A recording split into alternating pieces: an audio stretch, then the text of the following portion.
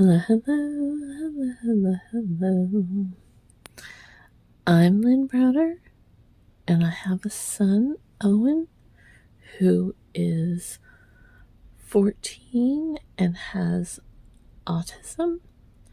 We paint together, working on his fine motor skills.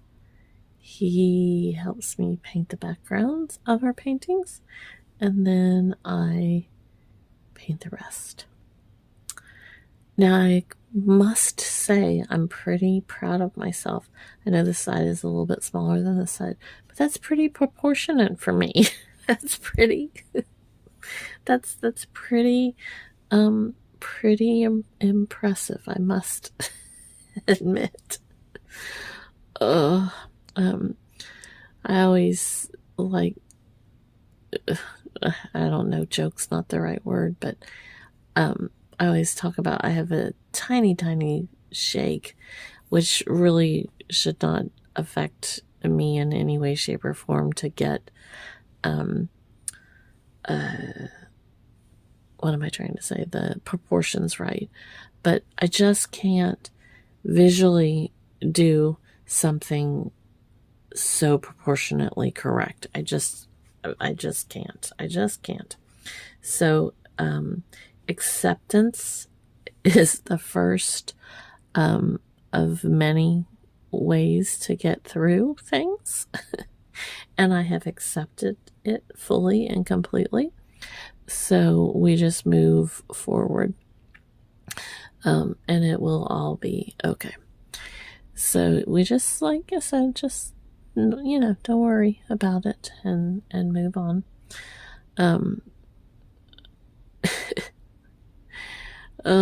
Some days there's no brain left. Today is one of those days, but it's okay. So Owen had, like, I usually call days like today the roller coaster days. Within literally 5 minutes of him waking up, he was having a huge meltdown because he thought our electricity was out, because a light bulb had gone off in our kitchen. He went to turn on the light. I asked him to turn on the light, and as soon as he did, it made that, that tiny little pop noise, which he thought was major. And he immediately thought our electricity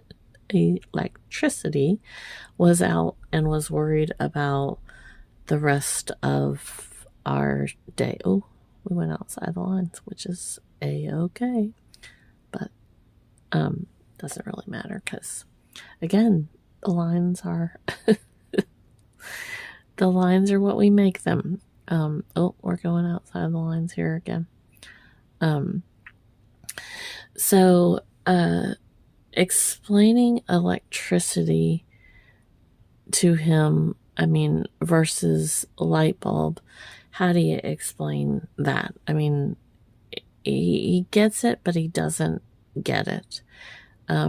So we just went through the fact that everything else was working, and that he just needed to not worry about the electricity, which is easier said than done.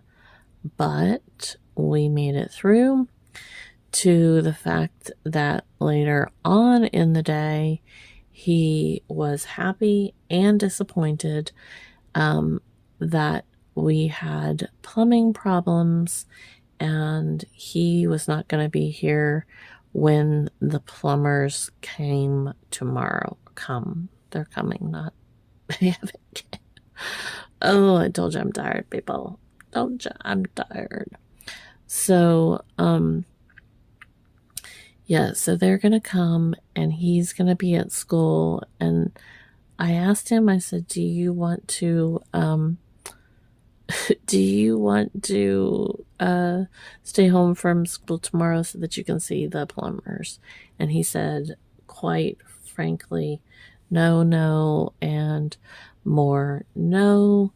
So, but he was hoping that they would be here first thing, or not first thing, they would be here at 3 o'clock. As he said, he gets home a little bit later, but 3 o'clock when he would be home from school so he could see them in the van. So we'll see, but they're not coming first thing in the morning because I didn't call till later, etc., etc., etc. You know how that goes.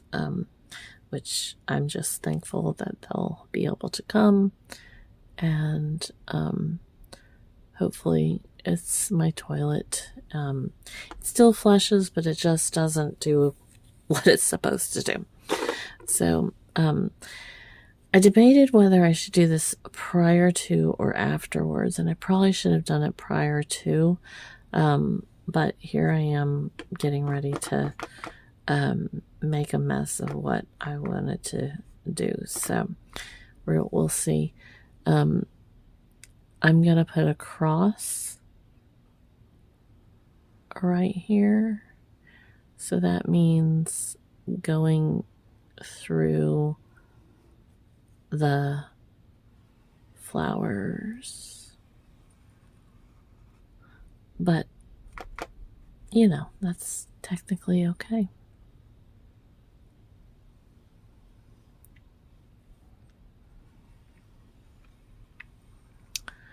So I've had several friends that have lost people this last week, past week. And it's hard and it's emotional and it's a lot. So they're always in your heart. And I lost my brother in 2021, and if you're watching this years in advance, it's 2026, and that just it's still very, very emotional. So we just have to remind ourselves that they're still with us, even though they're not here. I always say grief is a beast. And it's so emotional to think about and process and everything. So just know through those moments you're not alone.